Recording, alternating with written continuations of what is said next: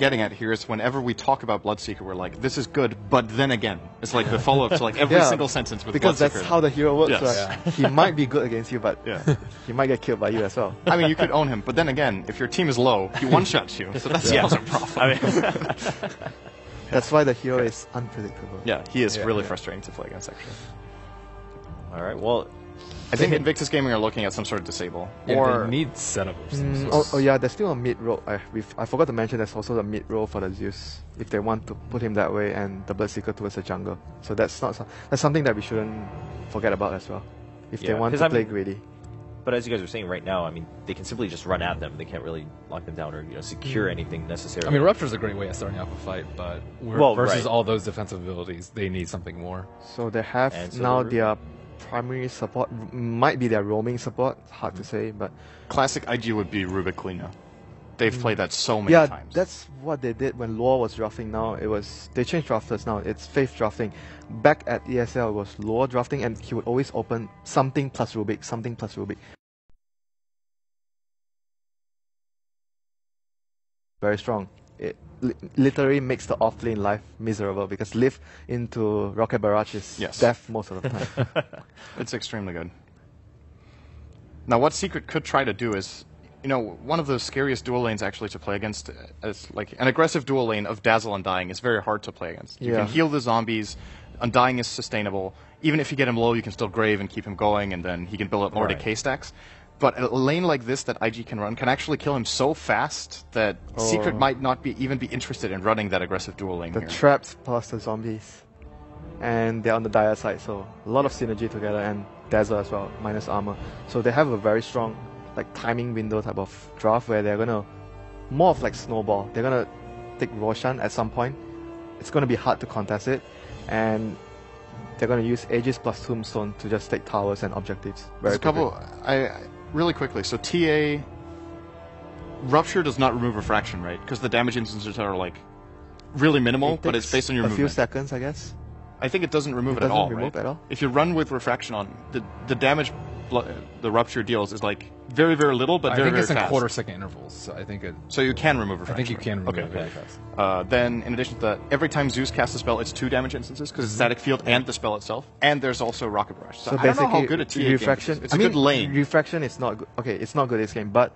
It has a good lane. I think, in general, the hero itself has a lot of synergy with what they have, being on Dire, Roshan, and it works really well with Tombstone. So I think, based on that 2 facts alone, it's still a really good pick for their lineup. She can also just burst Bloodseeker down really easily. With the Melt Strike. Yeah. So Bloodseeker cannot play super YOLO this game.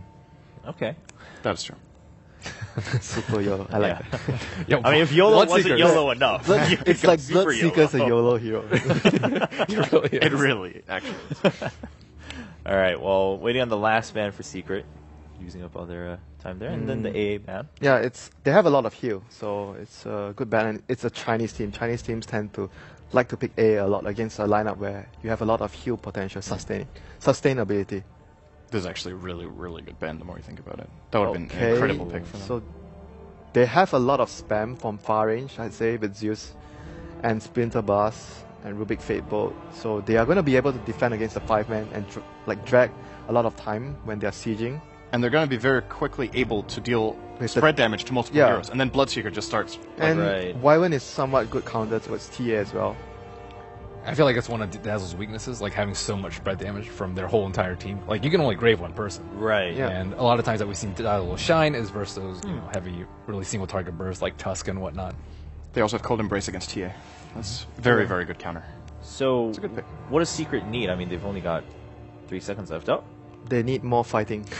Apparently. They have 0 stuns. I was just about to say, don't they need more stuns or something to help? They have level 4 Poison Touch. If you talk about a team that plays without stuns, this is the team. I mean, that's true. That's true. But it just looked a little Shuriken odd. Toss is a stun.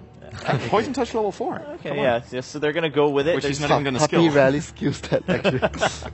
So they're going to run with it. They round it out with the Bounty Hunter. Secret coming off of a tough loss against Fnatic, but again, I mean, just one map and so many maps that they're going to play here for Dota 2 in the group stages. but obviously everyone's going to start to matter more and more. So this is game 1 between Team Secret and IG. Best of 2, whoever wins. Maybe they can get that 2-0, get that 3 points. Obviously, it would be great for IG to start it off, especially against a team like Secret. But for Secret, if they can get the 3-0, I mean, that's just them being like, all right, we're back in the groove. We are the favorites. Anything else, you guys? I mean, I feel like Look out for couriers. Look out for couriers. Look out for couriers. Yes, this is what I wanted. Ferrari is playing Bloodseeker. That is the perfect I was name. wondering who it was going to be. The perfect nickname for someone playing Bloodseeker is Ferrari. All right. Well, yes. we are in game. So game 1 of Team IG Secret versus IG. Now join us from the wonderful people tuning in through Dota TV. You've been with us from the very, very get-go. We're here for game number 1 of round 2 of the group stages. IG versus Team Secret, where Secret are looking to post their first 2-0 victory after their 1-1 draw to Fnatic, and IG is their first game to kick off the tournament. Yeah, truly amazing. And I mean, just really off-the-chain feeling about this TI is the fact that we already breached 3 million viewers concurrent in the first day of TI, really. We had wildcards yesterday, but it's just so hard to grasp. Love your Dota, man. Love your Dota. So what we get from IG is a little bit different here. We have Ferrari on the Bloodseeker. So this is not being played by Luo. In fact, Luo is going to be put into the Zeus role. Yeah. Yeah, Luo has that boots first Zeus running around. He does have a sentry as well with him. I think he could put that sentry to someone else since he will have the Thunderbolt anyway, but maybe he just wants to have it available if he runs into Pantheon so he can chase him down. IG are really looking for the first blood. Yeah, they are. S4 is not going to give it to him. Going for the bounty rune doesn't make any sense. They realize on the bottom no one's down here. Zai is watching him. Now they do see S4. So first room will go the way of Ferrari. And this will turn us in to now a Zeus safe lane. We'll have a middle lane Bloodseeker with support Chuan at the start, at least for the block. And then a dual offlane of Burning as the Gyro and Faith as the Ruby. I'm liking this combo. Yeah, IG are mixing up a lot. And it's a really strong combo. You can pull up and just pull them back into the Rocket Barrage, of course, hurts a lot. And we're going to see what Secret do with their Bounty Hunter, because he can't really find that much on bottom, I believe, against the Zeus with just Undying down there. He does have the Orb of Venom, though. But I like how he drops the Sentry Ward at the very start, too. So he'll see Kuro now on the bot lane and understand he's got to keep his distance. Yeah. Remember, he could even attack him and just force him away and say, hey, I see what you're doing. Like, get rid of this Bounty Hunter. Because he's going to pester him as much as he can. Okay, so if you're in RTT's shoes right now, you're going one-on-one with the Bloodseeker, with Wyvern harassing you every now and then. What do you do to stop this? I mean, you just gotta Sideblade, dude. That's the only thing. You have to pull the creeps from the Bloodseeker into yourself and then Sideblade onto the Bloodseeker. That's how you need to lane. Because if you just try to last it against him, it's very difficult. And he won't be scared of you attacking him because you're attacking the creeps. But if you pull the creeps back, you get an angle. That's how you actually can lane against it. Oh, Lure, this is just not his day. Koro is getting really up in his face. And with that Orb of Venom, he does some serious work against the Zeus. Good thing he cancelled his clarity. Yeah. Good thing he has his boots available at least, so he can do something there. But yeah, getting really, really pestered out here. And this tower is going to go down fast. Like, Puppey is here with the heal on bottom lane. They're going to push this. Yeah. Just creep skip it out. This is also what I think Luo was really scared of, and the reason why he backed up from the tower, because he realized it wasn't safe just to sit back behind the tower. It could be like a tombstone leveled up, Zai could throw that down, and then the push would just be so easy to kill him, claim first blood, and then momentum will ensue.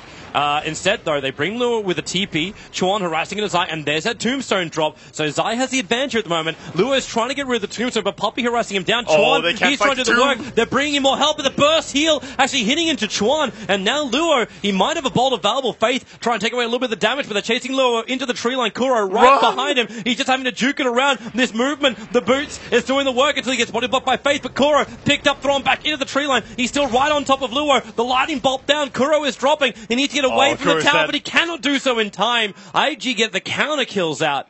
Yeah, they get the counter kills, but that was a lot of TPs as well, and expensive ones this early on in the game. But should flag the fact that we just saw a Bloodseeker kill off a Templar Assassin in mid. You have to remember, when the rest of Secret's dropping low, he gets buffed up. Yeah. He brought down Arteezy. That is true. When you start fighting, especially running around on low HP for that long, that makes the Bloodseeker really, really strong. So hard to lane against on the mid lane. And he's playing really well. He is winning against the TA pretty hard. Yep. He's 14-7 right now. Well, at this point, he's just wishing the Puppey would heal up a little bit quicker. Yeah. And top lane, though, Queen of Pain, after the Rubik TP'd away from top, he's actually going to be taking over a little bit more with the Queen again. But Gyro did get a nice farming start, at least. So up to 12 and 7. And Ferrari's expecting more attacks. He's gone 3 points up in the first. Yeah. I think that's reasonable in an aggressive game like this. Yep. Definitely a good start. Now, I suppose what really is like Blood Rage or the Blood Right going to do up against the Templar Assassin in the laning phase? Yeah, not that much. It doesn't really do anything. Top lane. S4, they're having a crack at him on the top lane. Kuro trying to stay right in his tail. You don't have another blink available and not enough damage to kill the Gyro. Yeah, that's very difficult. Very difficult to bring him down early as he has so much armor really on the hero and just able to run away with the Basilius as well. And mid lane, I like to see what RTZ is doing. This is something I've been doing for years. Is just skilling up 2 points in side blades. It makes it so much easier to use the side blades because 1 point is just not enough. And Zai's committing.